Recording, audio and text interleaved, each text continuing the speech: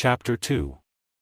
States of matter. Students could learn about the different states of matter, solid, liquid, and gas, and how they can be changed through physical and chemical processes.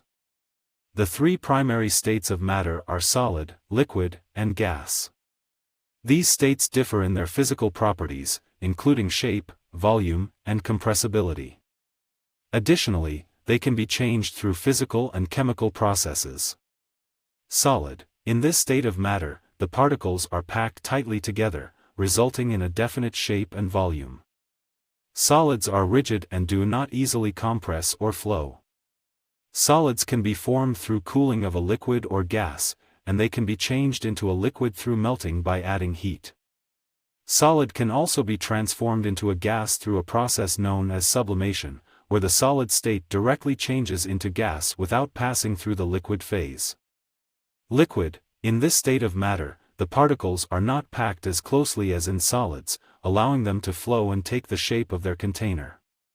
Liquids have a definite volume, but their shape can change based on the container. They are not easily compressible, but they can be changed into a gas through evaporation or boiling, which involves adding heat to the liquid. Gas. In this state of matter, the particles are spaced far apart and have no fixed shape or volume. They can expand to fill their container or be compressed into a smaller space. Gases are highly compressible, and they can be changed into a liquid through cooling and condensation, which involves removing heat from the gas. These states of matter can also be changed through chemical processes, such as combustion, where a substance reacts with oxygen to produce heat, light, and new substances.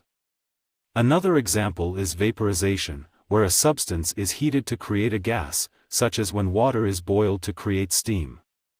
In summary, the three states of matter, solid, liquid, and gas, have distinct physical properties and can be transformed through physical and chemical processes.